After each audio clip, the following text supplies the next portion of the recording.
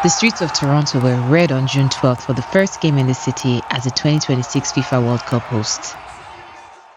It was the first time in history that Canada has hosted the men's matches, so even though my FIFA knowledge is limited, it felt like civic duty to join a watch party in the city.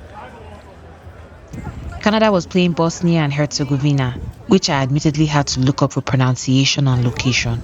It's in Southeast Europe. Personally, I was just there for the vibes.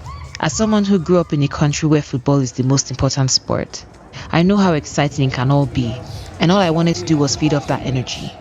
The father and son rushing to a game, a family decked in their nation's color head to toe, fighter jets flying across the stadium during the national anthem, the musical chants from passers-by, the roar of a near miss, and the thunderous cheers of a successful goal. The pair of friends who saw me standing alone and offered me a drink.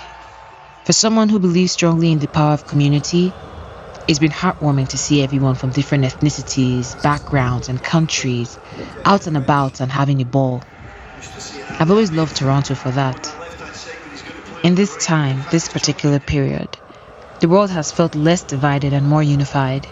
From all the alliances formed between countries that have been knocked out and those still in the game, to the outfits and different rituals of celebration in the stadiums or on the streets, it's all been remarkable to witness how people are experiencing it, in person and online, across Mexico, Canada, the USA, and beyond.